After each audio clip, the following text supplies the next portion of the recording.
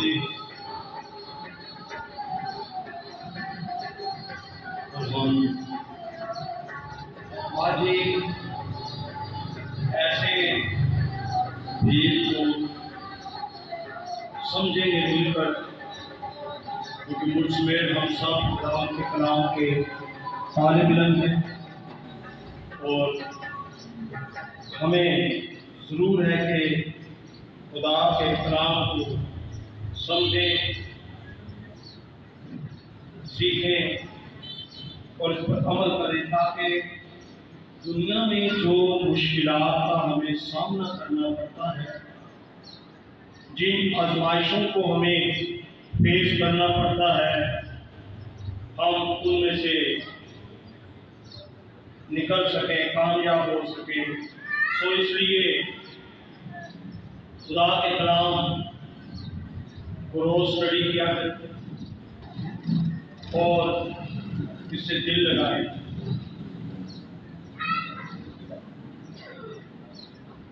46वें बाब में पहली 4 आयत पढ़ेंगे। लिखा है कि बेल झुकता है, लहू कम होता है,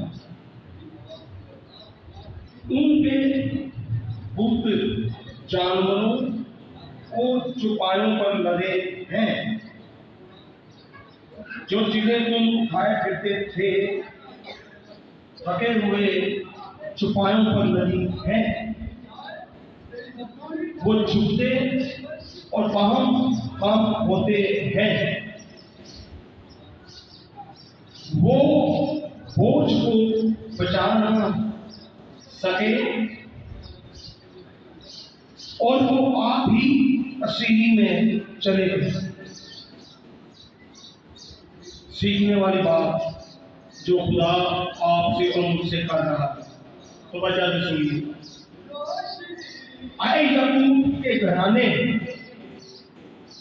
और आए इस्राएल के घर के सब बाकी मानो लोगों, जिनको बतन ही से मैंने खाया और जिनको रहम ही से मैंने गोद में लिया, मेरी सुनो। मैं तुम्हारे बुढ़ापे तक वही खुदा हूँ और सर सफेद होने तक तुमको उठाए फिरूंगा। मैं ही ने हल किया और मैं ही उठाता रहूंगा। मैं ही लिए चलूंगा और रहाई दूंगा। खुदा उनके कलाम के पढ़े सुने जाने पर उसकी बरकत हो। आप तशरीफ रखें।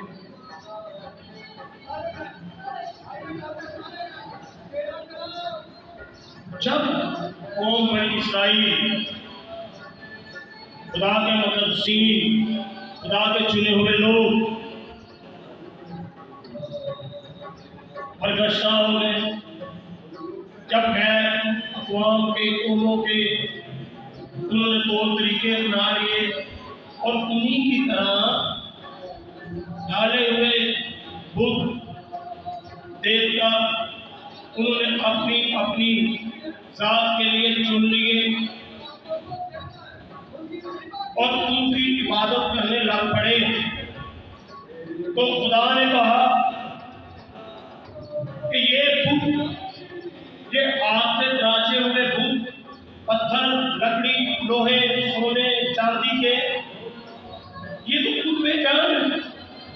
और इनको जब एक जगह से दूसरी जगह जाते हो तो इनको जानवरों पर रख कर बैलगाड़ियों पर और तरह तरह की जो उस वक्त की सवारी थी तुम रख कर ले जाते हो। यानी ये तो अपना बोझ खुद उठा नहीं सकते, ये अपना बोझ खुद उठा नहीं सकते। तुम इनके पीछे जाते हो जो खुद एक जगह से दूसरी जगह नहीं जा सकते। तुम इनके पीछे लगे हुए हो और खुदा सब रंजीदा है, अफसुर्दा है, लेकिन खुदा इस सिचुएशन में भी अपनी कौम को नसीहत कर रहा है। और नसीहत क्या है? आए याकूब के घराने, आए बनी इस्राएल, तुम क्यों प्रकष्टा हुए हो? और आए इस्राएल के घर के सब बाकी माना लोगों, जिनको मैंने बदन ही से, मेरी माँ के पेट ही से क्या कर दिया, और जिनको रहम ही से मैंने गोद में लिया, मेरी सुन। खुदा कहता है बाकी लोगों की असल में जब हम इधर उधर की सुनते हैं ना, वजह से मेरी बात नहीं है, जब हम इधर उधर की सुनते हैं, ना सिर्फ हमारा ईमान मजबूत होता है, बल्कि हमारी शख्सी रूहानी जिंदगी भी मुतासर होती है। इधर की सुन, उधर की सुन, हमें किसकी सुननी है? रोमियो 10 बाब उसकी 17वीं आयत में क्या लिखा है? बस ईमान सुनने से पैदा होता है, और सुनना मसीह है। हम खुदा के कलाम में से सुनने की बजाय खुदा के कलाम की नसीहत तरबियत की बात सुनने की बजाय उसकी सुन। और मैं आपको ये भी बताऊं, हमारी खानदानी जिंदगी, हमारी मैरिज लाइफ,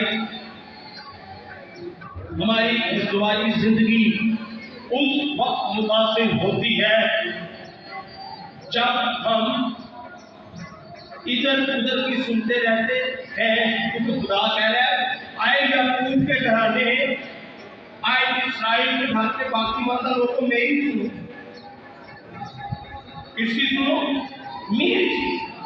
जब मैं और आप खुदा के कलाम की सुनेंगे, हो नहीं सकता कि हम भटक जाएं, हो नहीं सकता कि हम किसी आजमाइश में ठोकर खाकर गिर जाएं।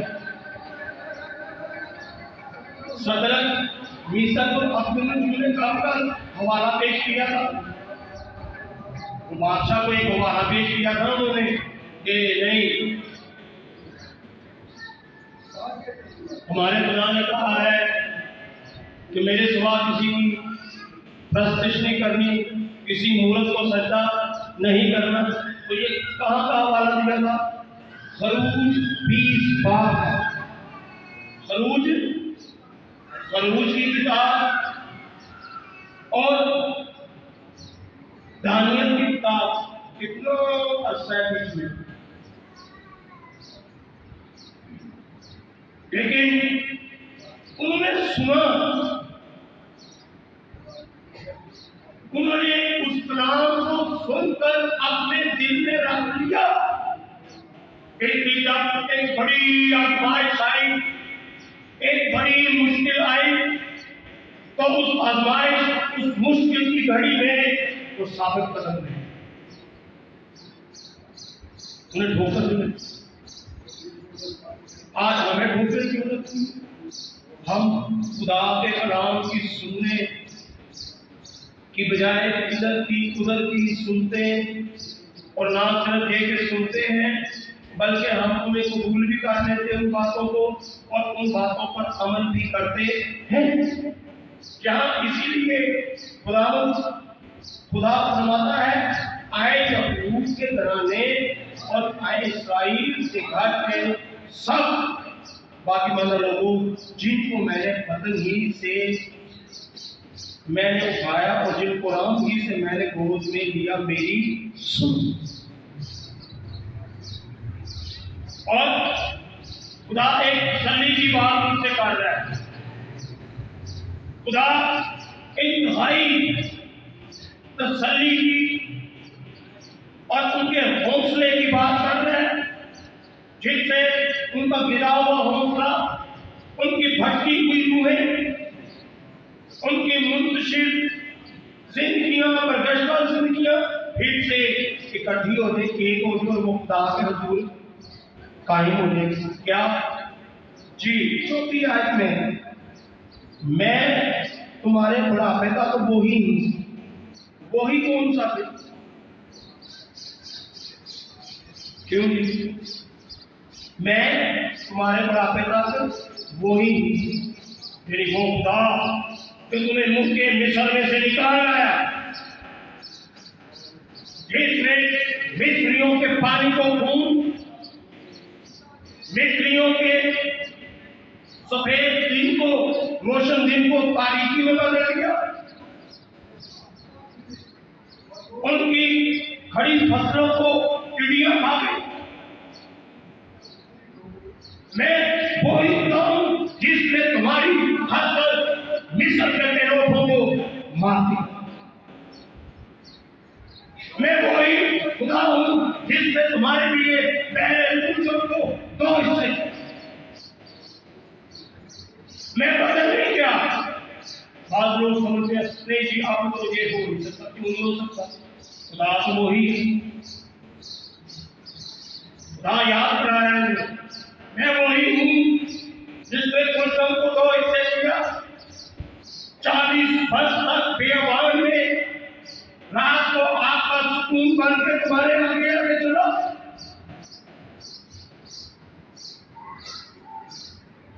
दोपहर तपती धूप में तुम्हारे ऊपर साया बन गया, बादल बन गया। मैं वही हूं जिसने तुम्हें बेवान में 40 वर्ष फरिश्तों की ग़िज़ा, आसमानी मन खाने को दिया। मैं वही हूं जिसने उस चट्टान से तुम्हारे लिए जिंदगी का पानी जारी किया, जिसने तुम्हारे कपड़े फटने न दिए, जूती टूटने न दी, तुम्हें जंगली तेंदुओं जानवरों से बचा के रखा।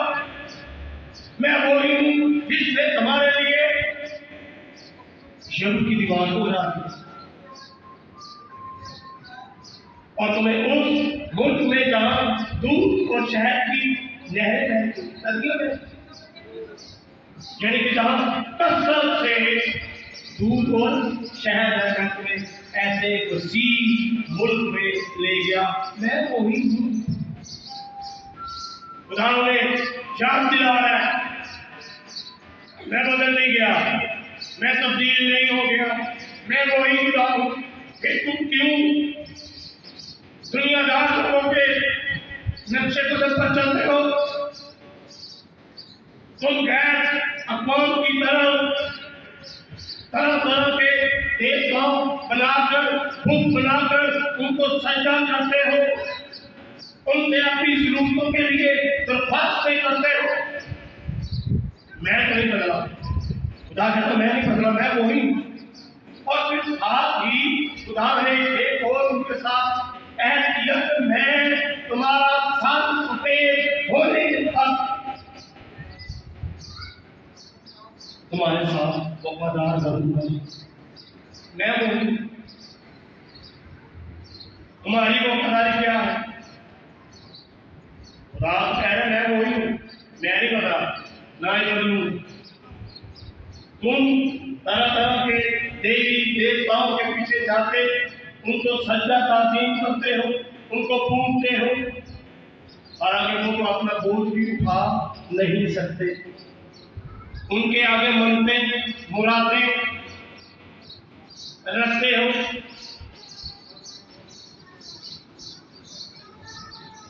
इंसान क्यों भूल जाता है कि वो खुदा जिसने उस गहरी जुल्मत अज़ियत में से हमें निकाला, वो खुदा कह रहा है कि मैं तो हूँ और कभी भी कभी होने तक तुम्हें संभाले रखूंगा। यशाया 41वां बाब लिखा है। यशाया की किताब 41वां बाब और उसकी 8वीं से 11वीं आयत आप में से कोई पढ़ सकता है भैया। यशाया 41वां बाब 8वीं से 11वीं आयत तक जी। पर तू है इस्राएल मेरे बंदे, आए याकूब जिसको मैंने पसंद किया, जो मेरे दोस्त अब्राहम की नस्ल से है। तू जिसको मैंने जमीन की इंतहा में बुलाया और उसके सिवा सवालों से तलब किया और उसके सवालों से तलब किया और तुझको कहा कि तू मेरा बंदा है। मैंने तुझको पसंद किया और तुझे रद्द ना किया। तू मत कर क्योंकि मैं तेरे साथ हूँ, रास्ता ना हो क्योंकि मैं तेरा खुदा हूँ। मैं तुझे जोर बख्शूंगा, मैं यकीनन तेरी मदद करूंगा और मैं अपनी सदाकत के देने हाथ से तुझे संभालूंगा। हाँ जी, खुदा यहाँ एक दफा फिर उसी बात को काबिल मुद्रिक खुदा रिपीट कर रहा है, खुदा दोहरा रहा है कि यार तू मत डर, तू मेरे दोस्त अब्राहम की नस्ल है, तू मेरे दोस्त अब्राहम की नस्ल है, मैंने तेरा फिदिया दिया है। तू खौफ ज़दा ना हो हालात से, दुनिया की मुश्किलात से, खुशहाली से, जंगो-जदल से, बेरोजगारी से, अनाज की किल्लत से तू हरासा ना हो, तू खौफज़दा ना हो। मैं तेरे साथ, मैं तुझे संभालूंगा।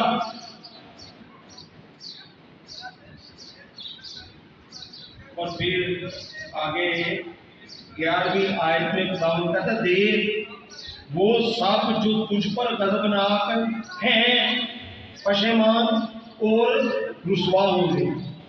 वो जो तुझसे झगड़ते हैं ना चीज हो जाएंगे और हलाक हो जाएंगे। ये भी सुन लीजिए,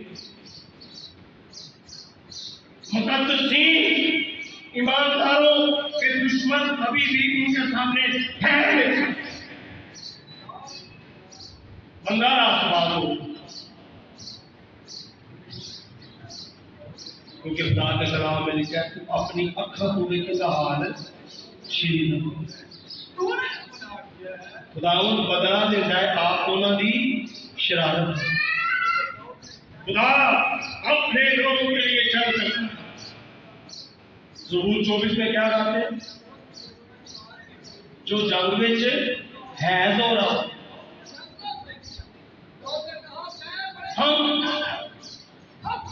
हम अपने ईमान को छोड़ देते हैं। बेटा जरा सी सख्ती आई, हराम हमारी फेवर में ना रहे,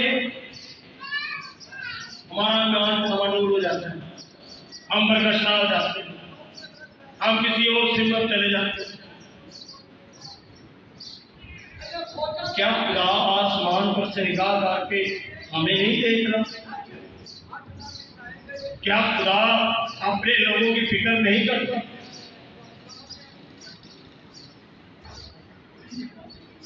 अच्छा ये बताएं, अमालेकियों के खिलाफ खुदा की था,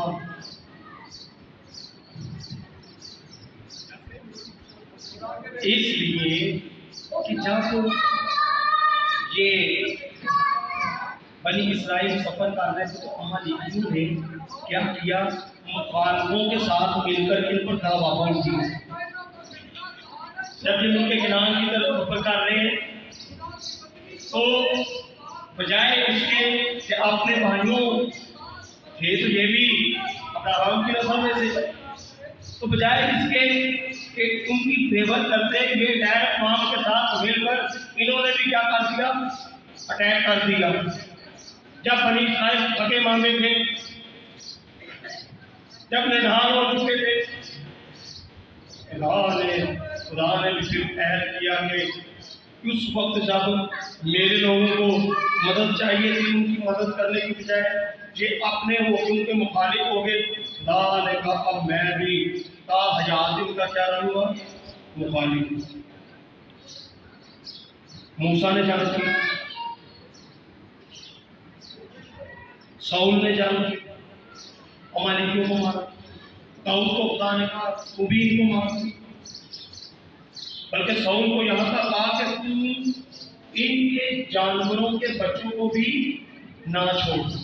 तो खुदा को अपने लोगों की भी फेवर करता है, उनके दुश्मनों को वो खुद उनसे इंतकाम लेता है। खुदा अपने लोगों के दुश्मनों से भी क्या लेता है, इंतकाम लेता है। हम क्योंकि ईमान में सख्ती आई, मुश्किल आई, इधर उधर पाए, 12वां बाब लिखा खरूज की किताब, उसका 12वां बाब,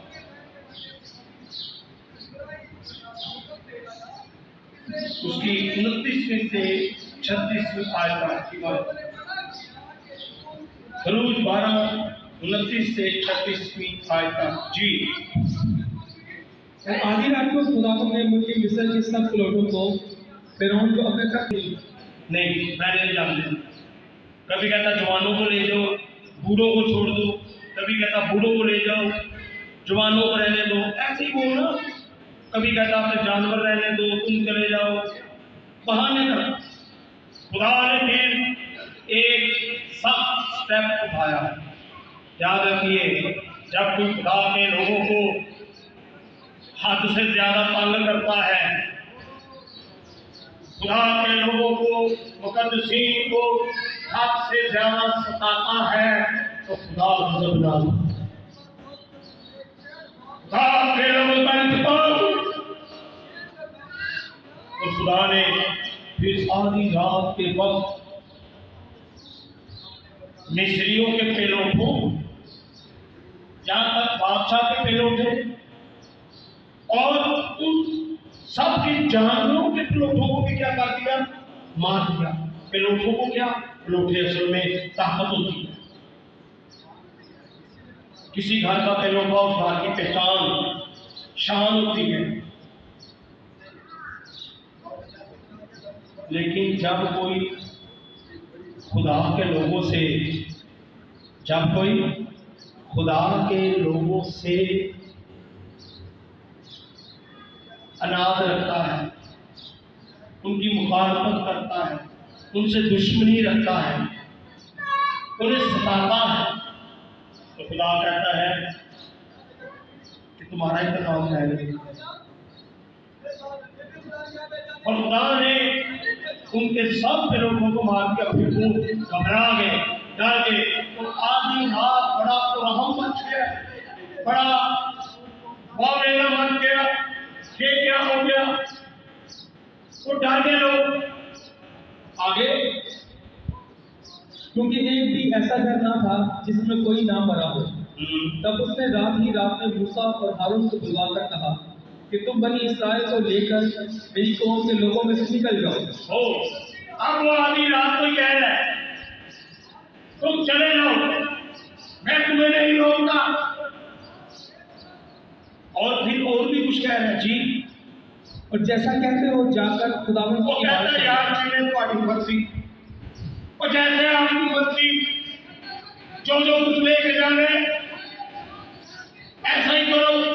ठीक, और जाकर खुदावंद की इबादत करो और अपने कहने के मुताबिक अपनी भेड़ बकरियां और गाय बैल भी लेके पहले जाओ। जानवरों को नहीं, ऐसा तो जानवर नहीं लेके जाने। आप क्या कह रहे हैं, अपनी भेड़ बकरियां भी, गाय बैल भी ले जाओ भाई, चले जाओ। और मेरे लिए भी दुआ करना। पहले क्या कहता था, वही खुदा बोल, फिरौन का दावा था, मैं किसी खुदा को नहीं मानता। अब कहता है अपने खुदा के आगे मेरे लिए भी दुआ करना। हालेलुया। गैर माबूद, गैर कौम लोग मजबूर हो जाते हैं आपके यहोवा पाक खुदा के आगे सरनगू होने के लिए। फिर हम काफिर क्यों रहे? खुदा कहता मेरी सुनो, मैं मां के पेट से लेकर तुम्हारा सर सफेद होने तक तुम्हें उठाई,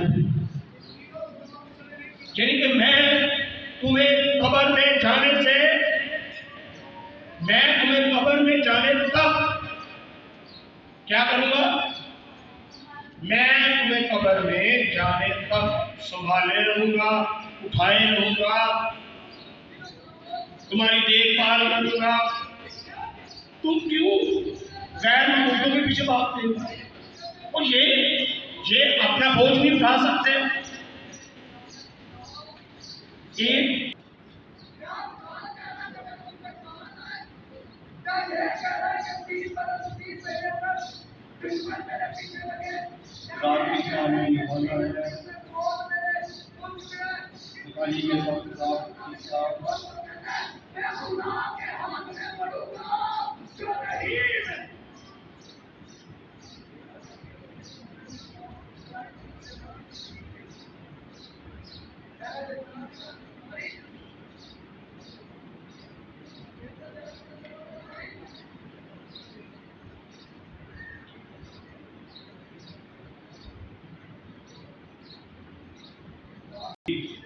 दसवां बाब निकालिए।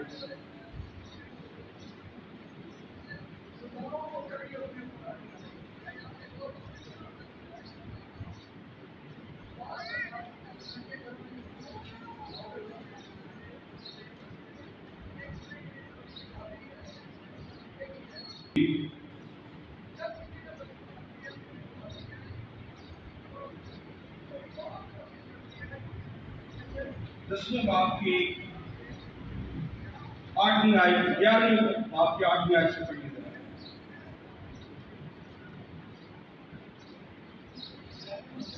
जी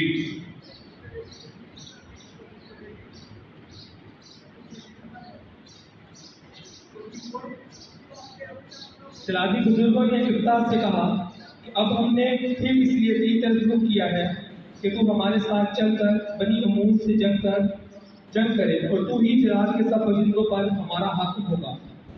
और इफ्तार ने जरादी बुजुर्गों से कहा, अगर तुम मुझे बनी अमूर से लड़ने को मेरे घर ले चलो और खुदावंद तुमको मेरे हवाला कर दे तो क्या मैं तुम्हारा हाकिम होऊंगा? जरादी बुजुर्गों ने इफ्तार को जवाब दिया कि खुदावंद हमारे दरमियान गवाह है, यकीनन जैसा तुमने कहा हम वैसा ही करें। तब इफ्तार जरादी बुजुर्गों के साथ रवाना हुआ और लोगों ने उसे अपना हाकिम और सरदार बनाया। और इफ्तार ने मुसाफा में खुदावंद के आगे अपनी सब बातें कह सुनाई। और इफ्तार ने बनी अमूर के बादशाह के पास ये चीज रवाना किया और कला भेजा कि तुझे मुझसे क्या काम जो तू मेरे मुल्क में लड़ने को मेरी तरफ आया है। बनी अमूर के बादशाह ने इफ्तार की एचियों को जवाब दिया, इसलिए कि जब इसराइल मिस्र से निकल कर आए तो अरनून और यहूद और यरदन तक जो मेरा मुल्क था उसे उन्होंने छीन लिया। सो अब तुम उन इलाकों को सुलह सलामती से मुझे भेज दे।